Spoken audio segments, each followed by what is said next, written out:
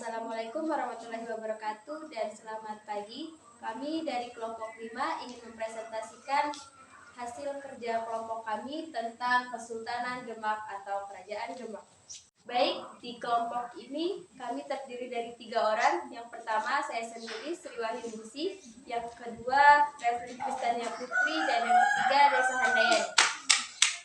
Baik, materi pertama akan disampaikan oleh saya sendiri. Baik, di sini adalah salah satu contoh dari struktur kepemimpinan Kerajaan Demak. Yang pertama, Kesultanan Demak. Kerajaan Demak adalah salah satu kerajaan Islam pertama di Kepulauan Jawa. Kerajaan Demak adalah kerajaan pertama penyebaran Islam di Pulau Jawa. Kemudian Kerajaan Demak berdiri pada awal abad ke-16 yang didirikan oleh Raden Patah, putra terakhir dari Raja Kerajaan Majapahit. Kemudian Kerajaan Demak mengalami masa kejayaan pada kepemimpinan dari Sultan Trenggono. Baik, selanjutnya materi kedua akan disampaikan oleh Reverend Kristania Putri. Saya Reverend Kristania Putri. Di sini saya akan memaparkan materi tentang kehidupan politik Kesultanan Demak. Kesultanan Demak dibangun berdasarkan hukum Islam. Setelah kematian dari Raden Patah, Pati Unus menyerang Portugis di Malaka. Pati Unus sendiri adalah anak dari Raden Patah. Namun, saat menyerang Portugis di Malaka, Pati Unus dan angkatan perangnya gagal saat melawan Portugis. Karena angkatan perang Portugis lebih kuat dari Kesultanan Demak. Raden Patah berencana menyerang Majapahit yang saat itu diperintah oleh Raja Brawijaya. Namun Sunan Ampel menentang hal tersebut karena walaupun berbeda agama, Raja Brawijaya sendiri adalah ayah dari Raden Patah. Atas saran Sunan Ampel, Raden Patah membatalkan rencana tersebut.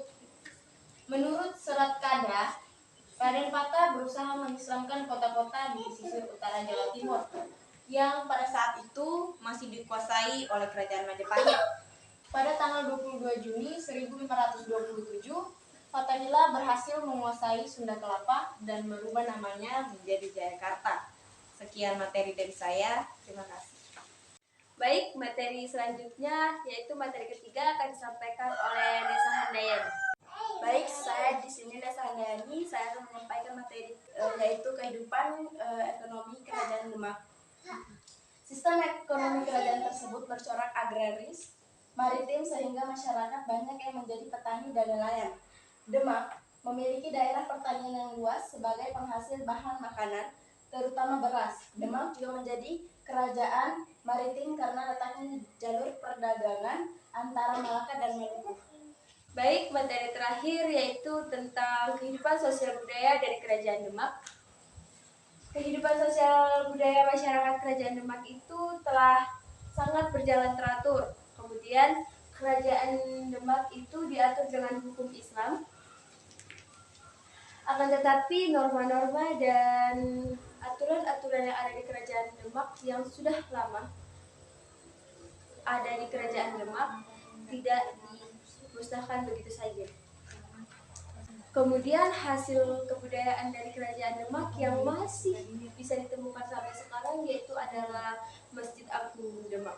Masjid Agung Demak yaitu salah satu peninggalan dari Kerajaan Demak.